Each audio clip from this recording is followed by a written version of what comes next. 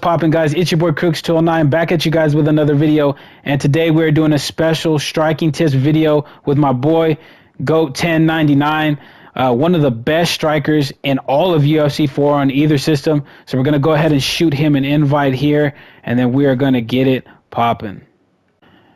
Yo, what's poppin', guys? So like I said in the intro, we are here with the homie GOAT1099, the homie, the former ESFL champion, the pound for pound, one of the best pound for pound fighters on UFC 4, on the PlayStation side. Honestly, I would say on either side. I think he gets respect from both the Xbox and the PlayStation side, but either way, he's one of the best strikers that I've ever seen in the game, and honestly, that I think anybody that has watched him fight has ever seen as well. So we're here to kind of pick at his brain to see how he really approaches the game, inside the pocket, outside the pocket, how he deals with pressure, how he goes about his footwork, how he goes about his combination work. So without further ado, let's go ahead and introduce GOAT.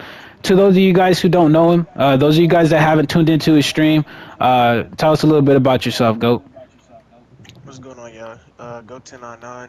So I've been a part of the community ever since the first EA Sports game. I've been playing, the EA Sports or the UFC games dating back to Undisputed, but I didn't take the game, serious competitive wise until UFC 3. That's when I kind of made my push, in the top 100 in the rankings, and then I entered the ESFL. And had my run there where I was the first PlayStation champion on that game. And ever since then, I've just been getting a lot of love from the guys in the community. I've linked up with a lot of people, like such as Crooks, and it's just been nothing but good stuff, man. So I felt like it was vital that I try to give back, and give some of my insight on how I approach the game.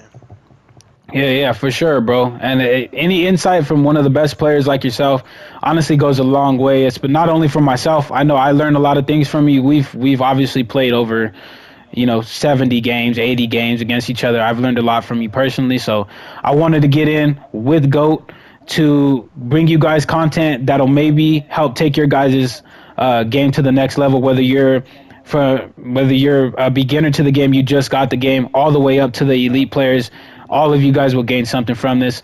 So as you guys can see, he's going to go with Masvidal. I'm going to go with Usman. So we're going to go ahead and jump into the fight here so we could start picking at GOAT's brain. All right, guys, so we are back. So we are in the fight here. So the first question I have for you, GOAT, is the question that me and you probably get more than any other is, how do you deal with pressure with somebody that is just in your face right here? They don't want to take a step back, and all they want to do is exchange in the pocket. What do you do to combat it if you want to gain yourself some space? Or what do you do to possibly even defeat somebody like that in the pocket? So my approach, I have the confidence, I feel like as a player, you should have the confidence to know that we all start off with the same health, everything, so if somebody wants to pressure you, stick right in their face, and go, you feel me? See exactly how they react to whatever attacks you want to throw out. Usually, I try to start off with body work, because if you're coming forward, obviously you plan on throwing a lot. So in that sense, I plan on, touching your body a lot as well, if that's an option for myself. So just, try to keep yourself from backing up straight, because the second you back up straight, you're automatically you're giving them, they're winning, off that, because that's their goal. They want to just get in your face, not necessarily to do anything. A lot of people just stand in front to just try to intimidate you. So don't be intimidated by nobody standing in front of you, because if you understand the game, pressure is just smoke and mirrors for real, man. Yeah, but just try to I'd say work the body when you can. And if you want to, circle out, because using your movement is the best way to stop pressure.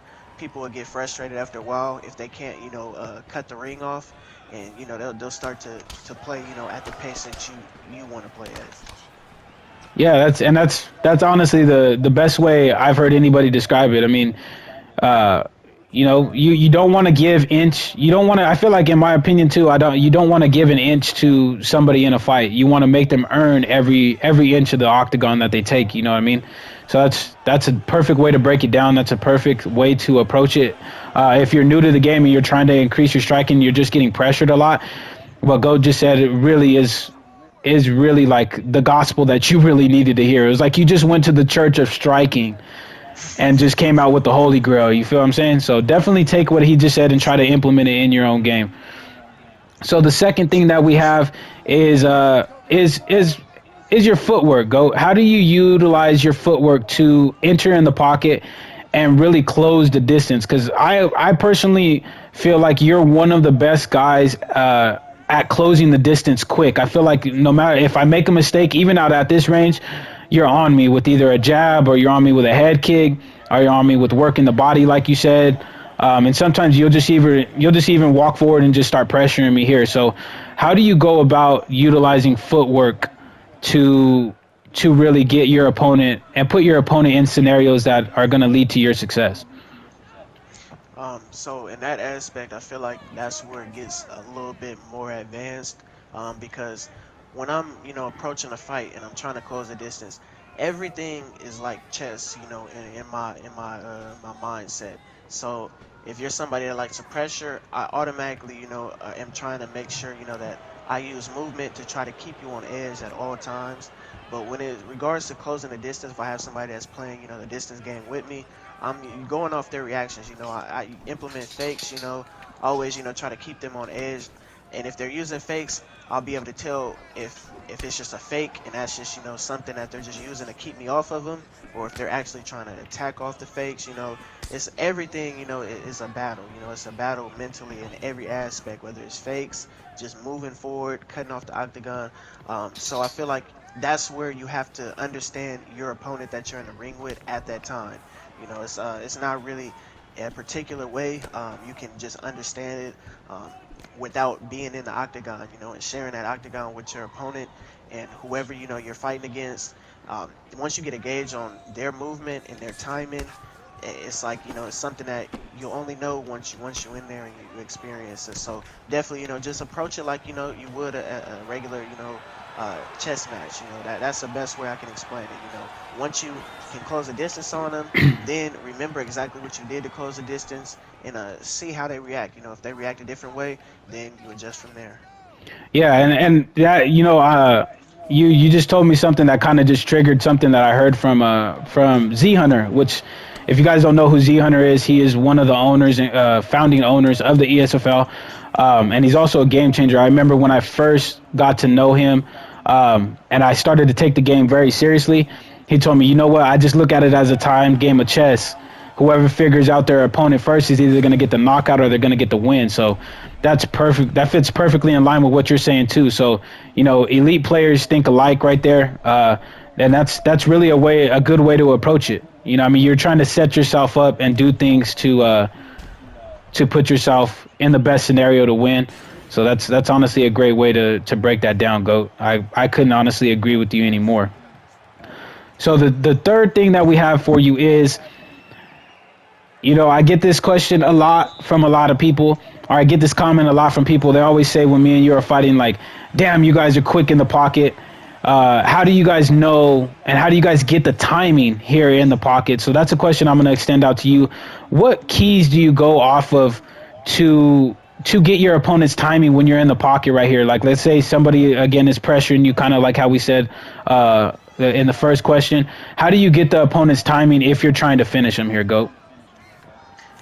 Okay, so I'm gonna actually take some of your advice, what you said on your standpoint. When I'm approaching a fight and I'm in a pocket, I go off a little small reads. You have to go and use the basics when you're in a pocket. Because you're not always gonna be able to just throw looping, shots and you actually leave yourself open to getting countered a lot. So like exactly how you were throwing, volume right there, and I just hit you with one body shot, and you see how what it did to your stamina. Stuff like that. I feel like are visual cues that you can kind of just remember and go off of. But it's always you always have to keep in the back of your head that you're not rocked. Your if your damage is level, with your opponents, then you always are at a fair at you're at the same advantage that they are, when approaching a fight in the pocket. So just keep that confidence, and stick to the basics, man. Use your jab, don't just go wild and just start throwing hooks, because the second you do that, you're automatically putting yourself in max vulnerability to get countered. So as much as touch the body as much as you can, to be honest, because if you're inside, that's the best time to work the body. You don't get the opportunities to touch the body, when you're outside of range.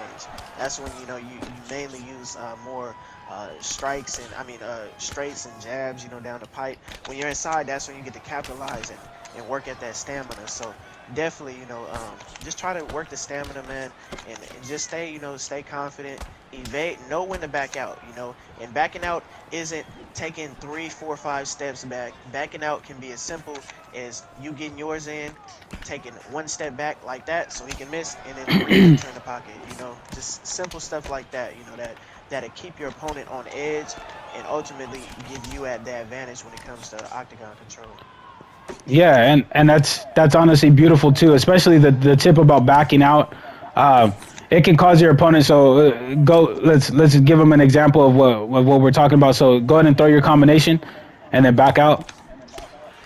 So see if so let's say he backs out right there. Look, I throw a 1-2. Now look at my stamina and look at my head health. When you're throwing strikes, your head health doesn't rebuild up because you're using stamina. So if you whiff strikes, if like let's say if Goat was to come in and try to throw a 2-piece combination, and then I input and I whiff from right here, and then he decides to step back in. If he's not holding block, his stamina will have gone back up. His head health will have gone back up as well, and now he's at a big advantage over you because you do not want a player like Goat who knows what he's doing and knows what to do with that stamina advantage on you. Trust me, it's one of the worst feelings in the world, and when you get stuck in it, you ain't gonna be able to get out of it most of the time. So definitely use that. One added on question to that is I know a lot of people, a lot of the newer players, they are not aware that they lose the HUDs in ranked championships. So how do you approach that when you can't see your opponent's HUDs? Now I know it's kind of easier when you can, like obviously right now you guys can see that I have both of mine and Goat's HUDs up, but in ranked championships, once you get to Division 15 and as you progress into like Division 20 and stuff like that, those HUDs go away. So really, how do you approach that when you can't see the HUD? So that's where I feel like it gets more exciting, at least for me, because I like the aspect of not being able to see your opponent's health and everything like that. Because if you're in a real fight, you're not gonna know that your opponent's leg is damn near ripped to shreds until you see it then rocked. But when you don't have the HUD, you have to focus on you and you alone, man. So when you're striking, make sure you look at your stamina. Get in the habit, even when you can see both of your opponent's HUD, get in the habit of looking at your health, your stamina, because only you know your body like you, right? So it's the same thing in the video game aspect, man. If your body is hurt, make the necessary adjustments, man. Don't be too locked in on looking at your opponent's health and seeing, oh, his head health is low, because usually that leads us to do stuff that we ultimately will regret down the line in the fight. And it happens to all of us, man. When we're able to see our opponent's health and see their vulnerabilities, it makes us, want to act, instantly. But just get in the habit of watching your own health, watching your own stamina, and being more responsible with every action that you do, because every action in this game has a counter. Like literally, there's a natural counter for everything in this game as far as the striking goes. So just be more alert on your actions and less less worrying about what your opponent is doing, because that's how you stay focused throughout the entire course of the fight. Yeah, that's absolutely amazing stuff right there. Like no joke, because like you said, in ranked championships, when you get up to a certain level, you can't see that. So you need to focus on you need to control what you can control, not what you can't. You know what I mean? So until they put the HUDs back in, or if they ever do, that's kind of what you got to deal with. So definitely take Goat's advice in that. That's vital information if you're trying to grind up to the top of the leaderboards, like I see a lot of people doing. I know a lot of players put emphasis on being in the top 100, and that kind of information right there will get you up to really where you want to be at. So, all right, guys, that is the last tip of the tutorial that we have for you guys. Shout out to Goat for coming through. Thank you, Goat, for being willing to come on and give and make a video with me and really give some tips on how you approach the game. Hopefully, you guys are able to take a lot of these tips that we gave you guys here today, or that GOAT specifically gave you guys, and really implement them in your game, and maybe even use them against GOAT himself when you fight him. Uh, GOAT, if you have Yes. anything else to say, here you go. Yeah, man. Definitely, like you said, be don't be shy to use all these skills that we have against us, because obviously we're giving you guys the skills for a reason. We want you guys to get better and improve your game. We don't want to see ranked and the majority of quick fights be just spammers and people that don't really know what they're doing. So this knowledge, definitely use it to your advantage. And yeah, man, just keep looking out for what we're doing, man, because we only trying to improve you guys and show you guys that this game can be played at a very high level if you're open to making adjustments, man. So yeah, appreciate you, Craig, for having me, man. And shout out to everybody that watched the video. Yeah, for sure. I appreciate you coming on, Ed, and tell everybody where they can find you at too, because I know you're a streamer just like I am. We both stream on YouTube. Go to tell them where they can find you at on Twitter and your YouTube channel. So yeah, I'm on YouTube. You can just search me up, Go1099. Should pop up. I have a lot of videos with ESFL, a lot of collaborative videos already out there with people that have either tried to expose me on rank, or just put me on their channels out of their own, kindness, man. And on Twitter, you can find me at Go1099, Instagram Go1099. And yeah, man, just watch out, for what we got going on, man. I got a lot of stuff coming. And yeah, hopefully we get in some more collaborative videos just like this. Yes, sir, for sure. That's a definite. We definitely gonna do that. But all right, guys, shout out to everybody that watched the video. I appreciate you guys. Make sure if you guys are new and this content really helped you guys out to hit that subscribe button. It'd be much appreciated, as well as leave a like. I'm going to drop Goat's channel link in the description in this video, so go ahead and go give him a subscribe as well if you guys enjoyed his content and his breakdowns on it. And until the next video, guys, take it easy, be safe, and I'll see you guys in the next one.